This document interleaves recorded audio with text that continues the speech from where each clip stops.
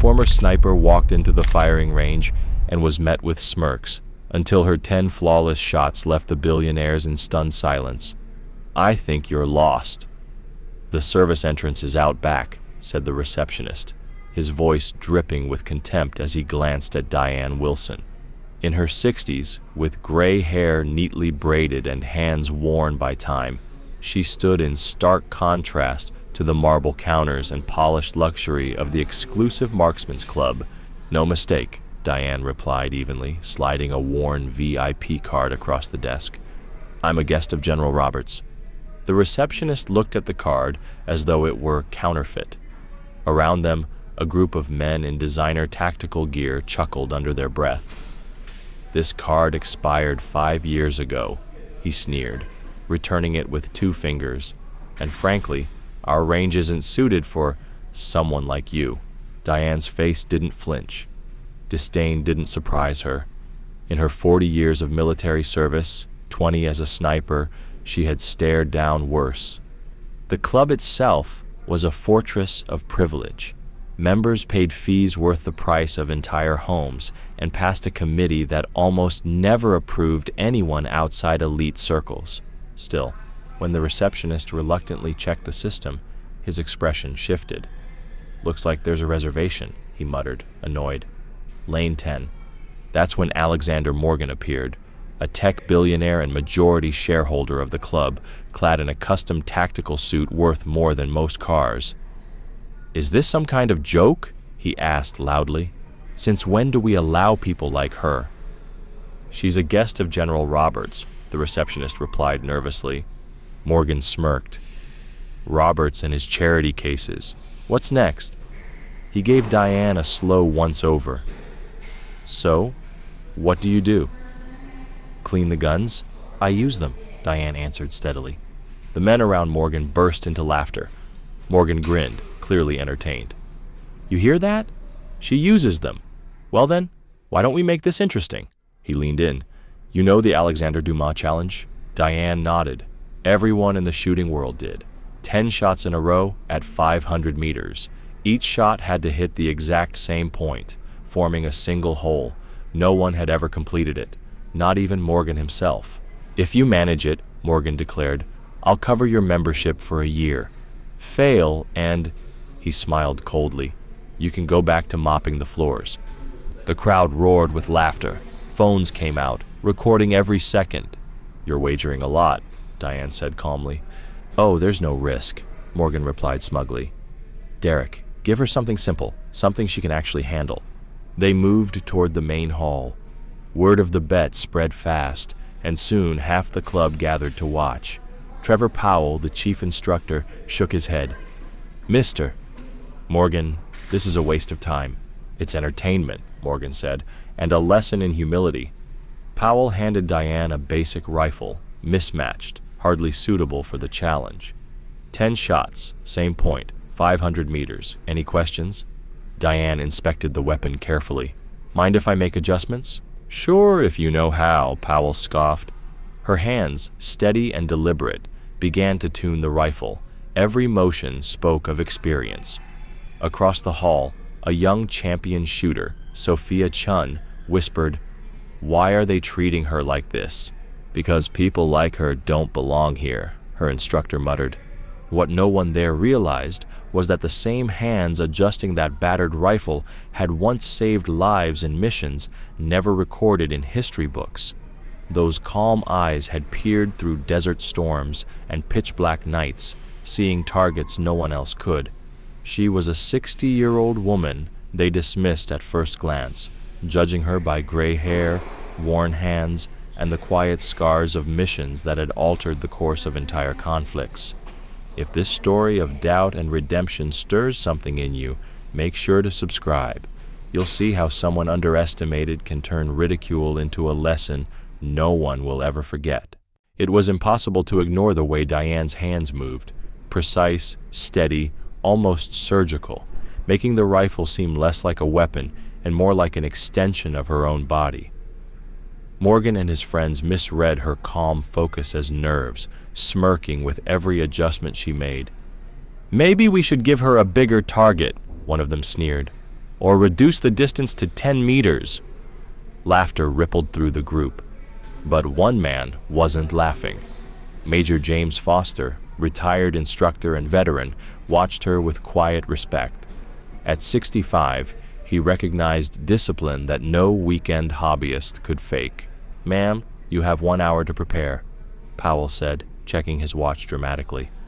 "Unless you already feel ready." His sarcasm drew another wave of chuckles. 20 minutes will do," Diane replied coolly, testing the rifle's balance. Morgan shook his head. Confident words for someone who's never held a rifle like that. "I've seen a few," Diane answered softly. "Nothing special." The hall went silent for a split second, before exploding into even louder laughter. To openly challenge Morgan's authority and his supposed expertise was, in their eyes, unforgivable. "Fine," Powell said.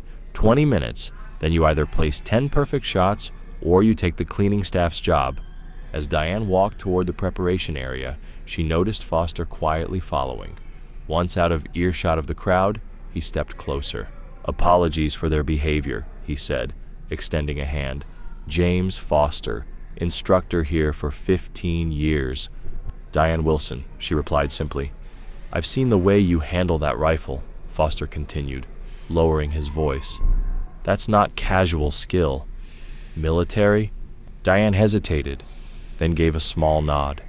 23rd Battalion, elite sniper, 20 years, 37 official missions. Foster froze for a moment, his eyes narrowing in recognition. "The ghost of Fallujah," he whispered, "a name only veterans used. I thought that was just a story." "Stories usually stay that way," Diane said, adjusting her scope. "I prefer it that way." "They have no idea who you are," Foster murmured, a faint smile crossing his face. "And it's better that way," Diane replied. He leaned in. "Listen, the rifle they gave you is sabotaged. The sights are off, and the trigger delay will throw you. I can fix it. Swap in a new scope from the warehouse." Diane studied him for a moment, then shook her head. "No, I'll use what they handed me. I want them to see what can be done with their scraps." Back in the main hall, the atmosphere was like a party. Morgan had already popped champagne, raising a toast to her inevitable defeat. Bets flew around the room. "I'll put 100 she doesn't even hit the target.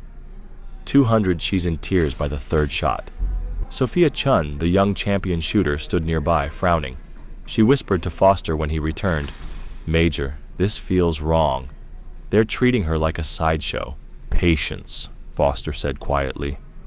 "Some learn respect the easy way, others the hard way." The 20 minutes vanished.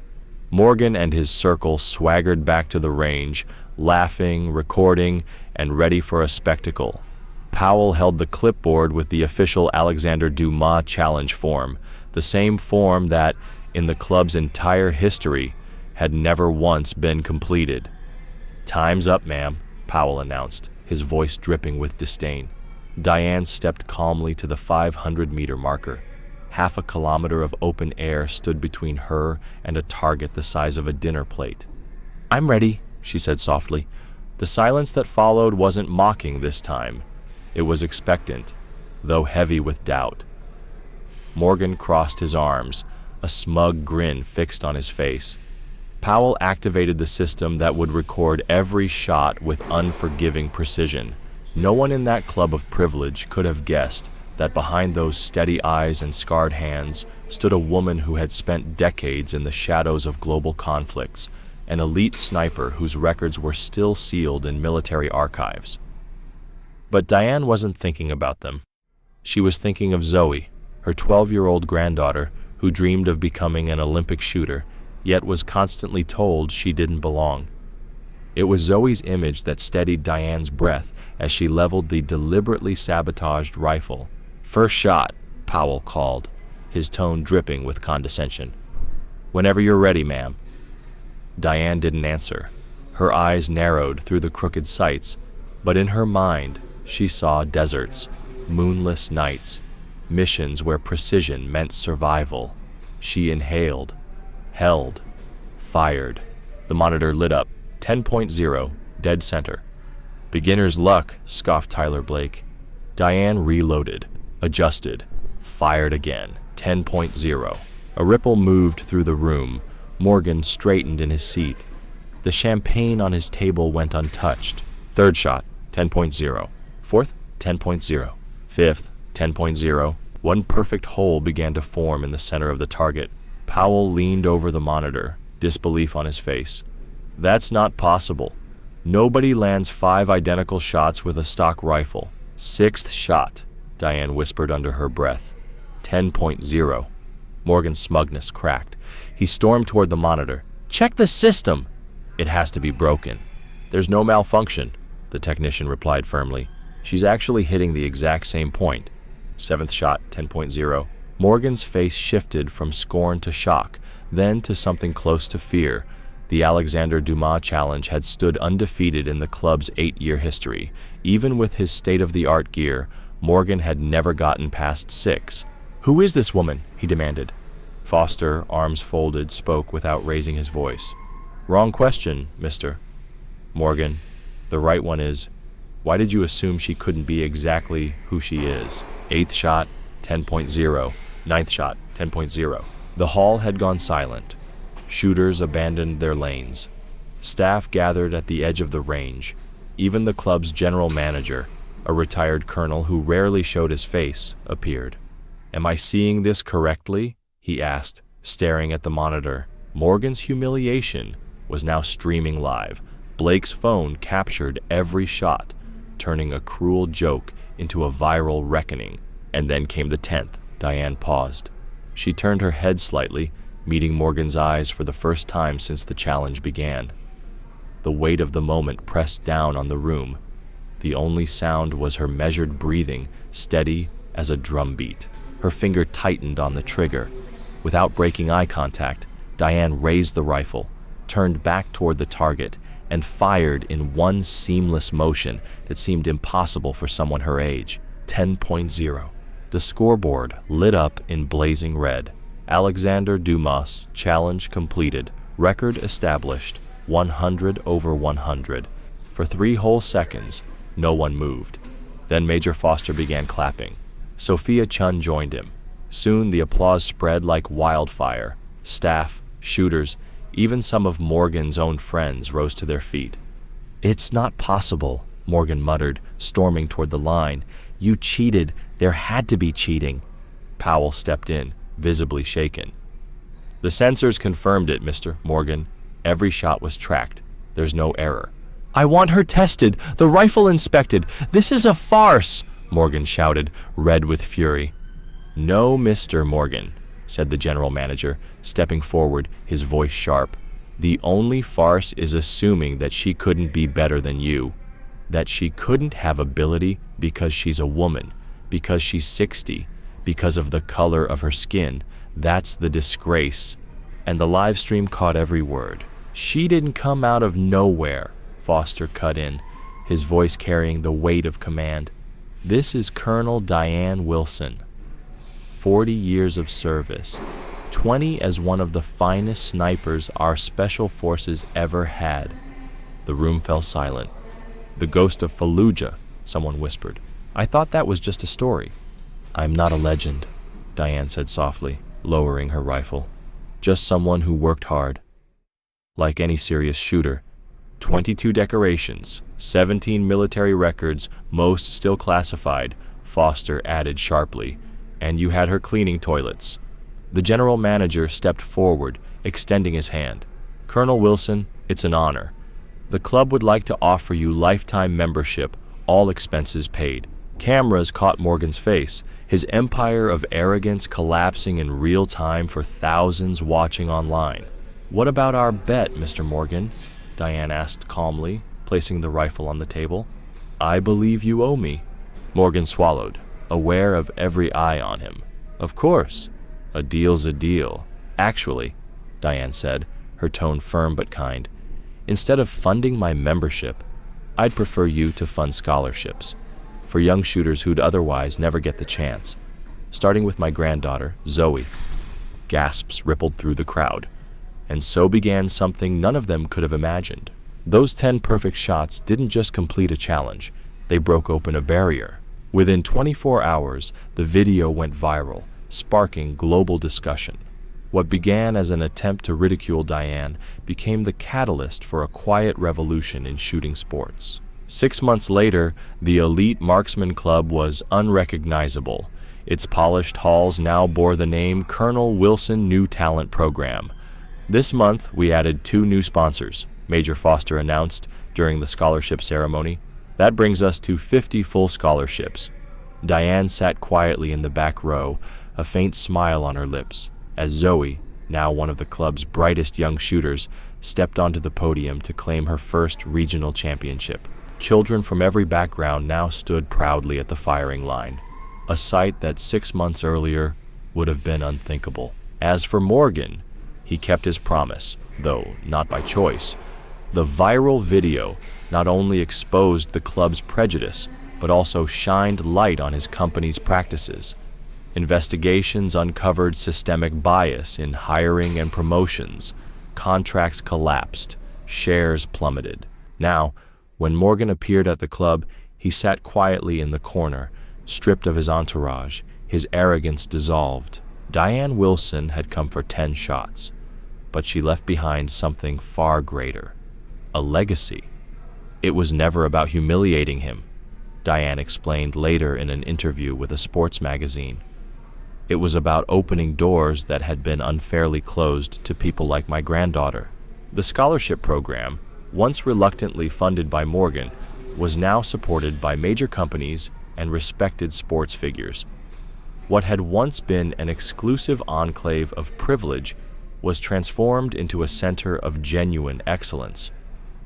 Trevor Powell, the chief instructor who had once mocked Diane, now ran a training program for veterans coping with trauma. Colonel Wilson taught me that skill has no age, no color, no gender, he admitted during a session. It was the most important lesson of my career. Sophia Chun, the young champion who had watched the challenge with discomfort, became Diane's direct protege. She taught me that true precision begins long before you touch the rifle, Sophia explained, now serving as a spokesperson for the club's new diversity program. Even Alexander Morgan's son, who had witnessed his father's public collapse, emerged as one of the strongest advocates for change. I grew up believing talent was just a product of privilege, he confessed in an interview. Colonel Wilson proved me wrong. The battered rifle Diane used that day now rests in a glass display at the club's entrance. Beneath it, a simple plaque tells its story, not just of the weapon, but of the woman who carried it through decades of service, too often overlooked because of her age, her gender, or the color of her skin. True authority doesn't come from wealth or status, Diane often told audiences in her sought-after lectures. It comes from quiet excellence, cultivated day after day when no one is watching. General Roberts, the man who had arranged Diane's fateful visit to the club, watched the transformation with a knowing smile.